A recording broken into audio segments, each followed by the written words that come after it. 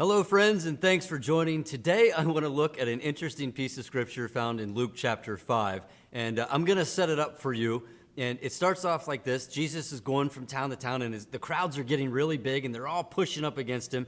And he gets to the Sea of Galilee, and he sees a fisherman there, and he says, "Hey, can I borrow your boat and push out to the shore a little bit? All these people are crowded around me." And it happens to be Peter that he talks to, and Peter lets him get in the boat, and they push on out, and Jesus teaches. And then it says this in verse 4. When he had finished speaking, he said to Simon, "Put out into the deep water and let down the nets for a catch." Simon answered, "Master, we've worked hard all night. We haven't caught anything, but because you say so, I will let down my nets."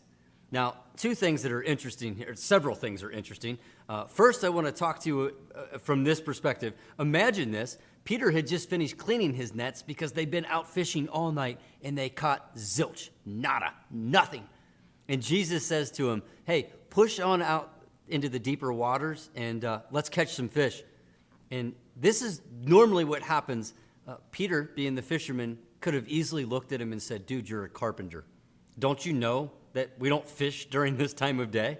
Don't you know that you just got done teaching, making all this loud noise, and you scared all the fish away? Don't you know that I'm tired? Don't you know? Don't you know? Don't you know?" And he could have easily made every excuse in the book, but instead, I find this to be fascinating. In verse 5, it says, Peter answered, "Master."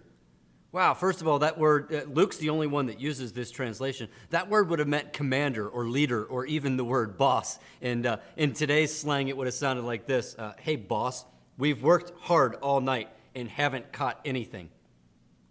He could have quit right there. But I love this about Peter. His faith is amazing. It says, "But nevertheless, at your word, I will do it." How many times have we heard the word of the Lord and we made every excuse and we haven't followed through? But Peter says, "At your word, I'll do it."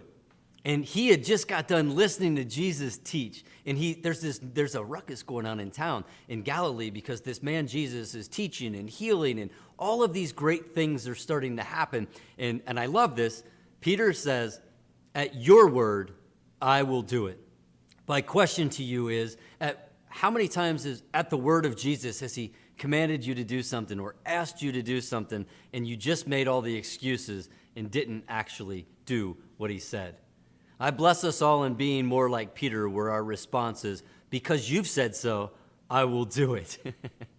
Thank you for tuning in. Until next time, listen to what Jesus is speaking to your life, because often there's a reward that follows. And in this story, Peter caught so many fish that he couldn't even haul them all in. He had to call another boat out. So I bless us all in hearing the word of Jesus and following what he says and letting him wow us with the outcome, even if it's nothing.